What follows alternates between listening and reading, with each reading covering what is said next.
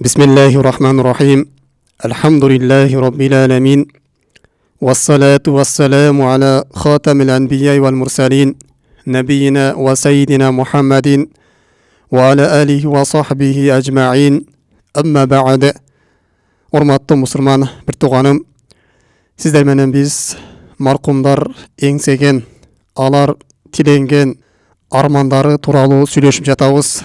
Мына ушундан бүгүнкү 4-чү сабагыбыз.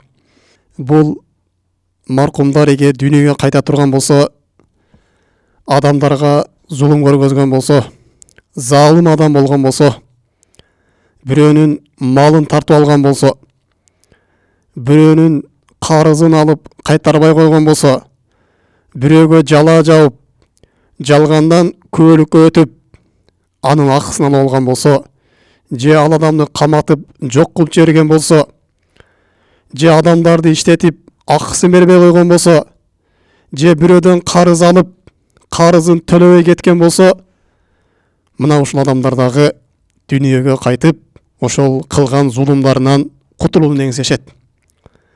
Бардык өткөргөн зулумдарын өз ордуна кайтарып коюуну кабырда эңсеп каалап турушат.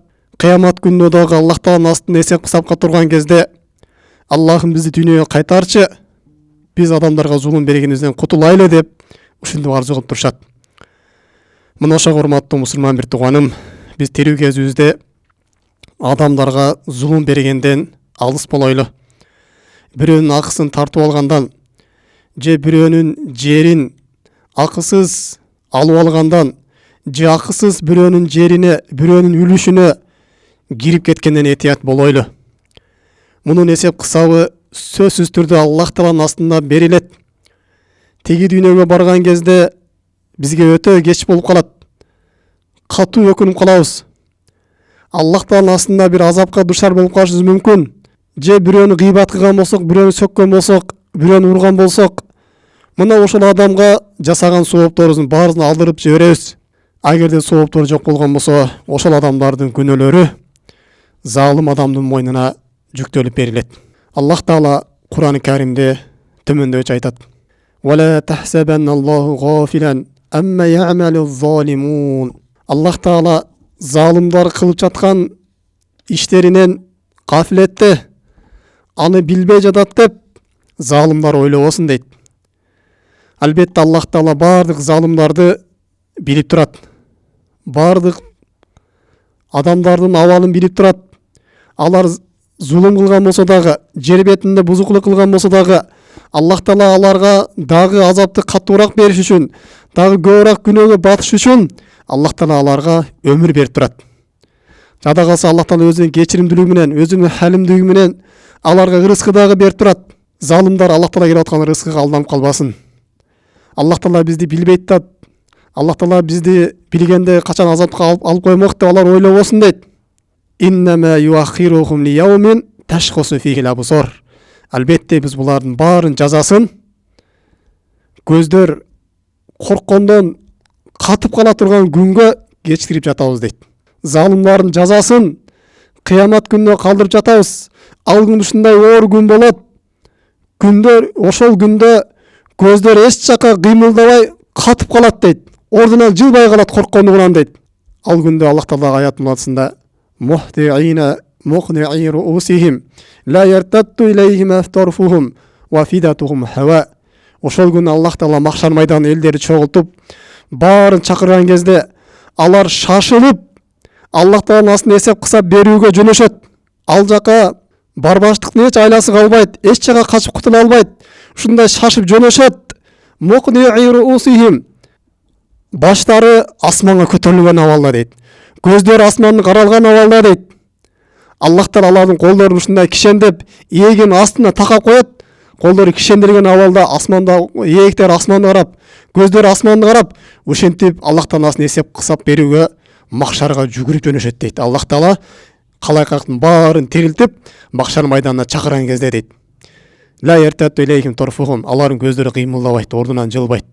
Жана жүрөктөрү кекиртекке келип калган дейт. Жүрөктөрү бош дейт, корккондуктан дейт.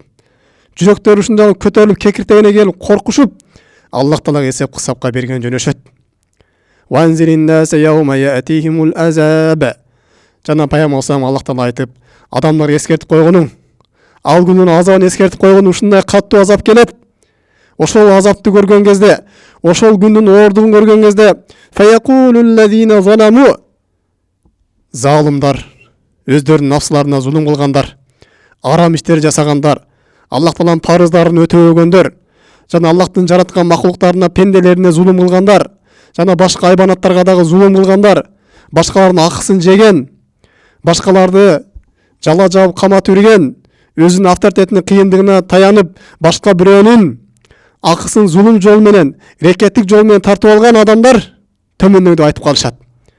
Раббана ахирина иля ажалин кариб. Я Рабб, бизге бир аз мөөнөт берчи. Бизди тиги дүйнөгө кайтарчы. Нужибу даъватака ва наттаби расул. Сенин чакырган жооп беребиз. Сенин шариятыңа жооп беребиз. Сенин Кураныңа ээрчийбиз. Жана сенин жиберген элчилериңе биз ээрчийбиз. Саңа күнөөкөр болбойбуз. Адамдарга зулум кылбайбыз. Бизге мөөнөт берчи, тиги дүйнөгө кайрылайлы деп Аллахтан ушинтип, ошол күнүн оор күнүн көргөн кезде коркуп ушунду Аллахтан сурап калышат дейт. Аллах Таала аятынын ансында Авалам такуну аксамтум мин кабулу ма лакум мин завал. Силер тиги дүйнөдө биз акыретке барбайбыз деп айтчу эмес белеңер дейт. Ошентип касам ичет элеңер го дейт. Акырет деген жок, кабыр деген жок. Аллах Тааласын эсеп кысап берүү деген жок. Пайгамбар деген жалган, Куран деген жалган деп айтчу эмес белеңер дейт. Мой келип калдыңар ушул күнгө деп Аллах Таала ушуну каттуу алар жемелейт дейт. Ва сакантум фи масакини аллази залама анфусахум. Өзүңөр нафсыңарга зулум кылган жерде жашадыңар. Ва табайна лахум кайфа фаална бихим. Жана силерге кандай азап бергенибиз ачык айкын болду го. Ва дарабна лакум ламсал. Жана силерге бардык, силер акылыңарга келиш үчүн бардык үлгүлөрдү, бардык сабактарды силерге биз көргөзбөдүк дейт. Демек, урматтуу мусулман бир тууганым, кыямат күнүндө залым адамдар мына ушундай каттуу бир азапка кабылып калат экен. Аллах Тааладан дүйнөгө кайтууну эңсеп калышат экен. Ошондуктан пайгамбар саллаллаху алейхи ва саллям айтат: "Мен кана индагу мазламатун лихихи мин аридин ау шайин." Кимдеги башка бир мусулман бир тууганына зулум кылып койгон болсо дейт, анын аброюна сөз кетирип койгон болсо, же башка нерседе анын мал жанына зулум кылып койгон болсо, же анын жанына зулум кылып койгон болсо, фалятахаллалуху al-yawm min qabli an la yakun dinaran wala dirhaman. Ал бүгүн ошол зулум кылыгынан кутулуп алсын дейт. Ушундай күн келгенге чейин ал күнү динардагы, дирхамдагы болбойт. Акчадагы, пулдагы эч нерсе мал мүнүк өтпөйт. Ал күнү жалаң солих амалдар өтүп калат дейт. Икана лаху амалу солих ахадаху минху би кадари мазламатихи. Эгер бирөөгө зулум берген болсо, анын соопторунан канча даражада зулум берген болсо, ошончо өлчөмдө анын соогун алып калат дейт.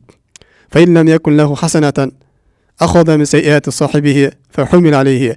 Эгер жакшы иштер жок отурган болсо, ошол зулум кылган адамдын күнөөлөрүн алып, залым адамдын мойнуна жүктөлүп коет дейт. Мана ушундай күн келгенден алдын силер кимге ким кандай зулум берген болсо, ошодон барып кечирим сурап койсун дейт. Бирөөнүн малын тартып алган болсо, кайтарып койсун дейт. Бирөөнү иштетип акысын бербей аткан болсо, акысын берип койсун дейт. Бирөөдөн карыз алып какшатып жүргөн болсо, ошо карызын кайтарып койсун дейт пайгамбар саллаллаху алейхи ва саллям. Пайгамбар сонда бир хадисинде айтат: "Мен залама qayda shibrin min al-ardin tawaqqahu min sab'i aridin yawm al-qiyamah." Ким бир адамга зулум берген болсо дейт, бирөөнүн жерине бир карыш кирип кеткен болсо дейт, бирөөнүн бир карыш жерин мизамсыз тартып алган болсо дейт, кыямат күнүндө ушул жерден 7 кабат болуп туруп, ошол адамдын мойнуна оролот дейт. Биз мындан коркушубуз керек. Жөнөкөй эле оролбойт, ал от болуп туруп, ошол адамдын мойнуна илинет. Жерден 7 кабат. Жерден 7 эсе ошол адамдын мойнуна от болуп оролуп коюлат дейт. Ким бирөөгө бир карыш эле жерин тартып алып, зулум берген болсо, же бир карыш бирөөнүн жерине кирип кеткен болсо, эч акысыз ушундай катуу азапка душар болот дейт. Ошондон урматтуу мусулман бир тууганым, биз бирөөлөрдүн жерине кирип кеткенден дагы коркойлу. Жана дагы пайгамбар саллаллаху алейхи ва саллям айтат: кимде ким бирөөдөн карыз алып, карызын бербей койгон болсо, бул да кабырда от болот дейт. Пайгамбар саллаллаху бир жаназага келип, жаназа окуйын деген кезде пайгамбар сурайт: бул адамдын карызы барбы дейт. Ошондо ооба дегенде пайгамбар: анда мен жаназа окубайм дейт. Ошонун артынан бир сахаба чыгып, "Я Расулалла, бунун бир эле дирхам карызы бар. Бир эле ушундай аз эле болбогон өлчөмдө акчада карызы бар" дегенде пайгамбар ушундай болсо да окубайм дейт. Качан бирөө мойнуна алмайынча дейт. Ошондо бир сахаба чыгып мойнуна алат. Намаз окуйт, эртеси пайгамбар жанагы мойнуна алган сахабага жолугат. Паначан карызын өтөп койдуңбу дейт. Жок дейт. Кече эле өлдү кал. Өтөп коем деп шашпастан дегенде пайгамбар тезирээк өтөп кой дейт. Эртеси жолуккан кезде жанагы сахаба өтөп койдум дейт. Ошондо пайгамбар саллаллаху анын кабыры эми муздады дейт. Карызын бери электен алдын, анын кабыры муздай элек болчу. Сен карызын өтөгөндөн кийин эми анын кабыры муздады дейт. Ошондуктан урматтуу мусулман бир тууганым, эгерде бирөөлөрдөн карыз алып туруп, ага кудуретибиз жетип калган болсо, биз андан кутулуп коюшубуз керек. Пайгамбар хадисинде айтат: "Матулул гани зулмун." Карызын кайтарууга күч кудурет жетип калган адам дагы кечиктирип жүрүштүгү бул зулум дейт. Ошол бойдон жан бере турган болсо, бул азапка душар болот дейт. Ошондуктан биз колдон келсе бирөөдөн карыз албаган аракет кылайлы. Айла жок, мажбур болуп кала турган болсок, анан алайлы, бирок ошону өтөп берүүгө жүрөгүбүздө ниеттелип коелу, жана ошого аракет кылайлы. Күч кудурети жетип калган болсо деле кайтарбай жүрө турган болсок, эртең кабырда бизге мына ушундай каттуу бир азапка душар болуп калышы бир коркунучубуз бар. Дагы урматтуу мусулман бир тууганым, эгерде башка бир ишчи иштеткен болсоңуз, булардын акысын берип коюң. Эгер бир жерде бригадир болгон болсоңуз, кол астыңызда иштеген ишчилердин баарынын акыларын кайтарып берип коюң. Ошолордун акысынан бир тыйын жеген болсоңуз дагы, эртең кыямат күнүнө келип сиздин мойнуңузга ошолор асылат. Пайгамбар саллаллаху алейхи айтат: Аллах Таала кыямат күнүндө 3 адам менен талашат дейт. 3 адамдын акысын сөз түрдө алып берет дейт. Мына ошолордун бири ким? Бир ишчи иштеткен дагы толук иштетип ишин бүтүргөн дейт. Кийин анын акысын бербей кетирип жиберген дейт. Анын акысын бербей кечтирип, какшаттырып, кыйнап жүргөн адам дейт. Мына ушул адамды Аллах Таала сөз түрдө кыямат күнүндө аны менен талашып, аны дозокко душар кылат дейт. Дагы урматтуу мусулман бир тууганым, залымдарга жардам берүүдөн дагы алыс болуш керек. Ким залымга жардам берген болсо, мына ошо менен ошондой тең шериктеш күнөөгө ээ болот. Ал кайсы тараптан болсун, бирөөнүн малында болобу, же болбосо бирөөнүн аброюна болобу, же бирөөнүн өзүнүн жанында болобу, ага жардам бериштен этият болуш керек. Жана ошондой эле бирөөлөргө жала жабуу, бирөөлөргө жалгандан көөлүккө өтүп, аларды каматып жибериштик. Жалгандан көөлүккө өтүп, жерин тартып алыштык.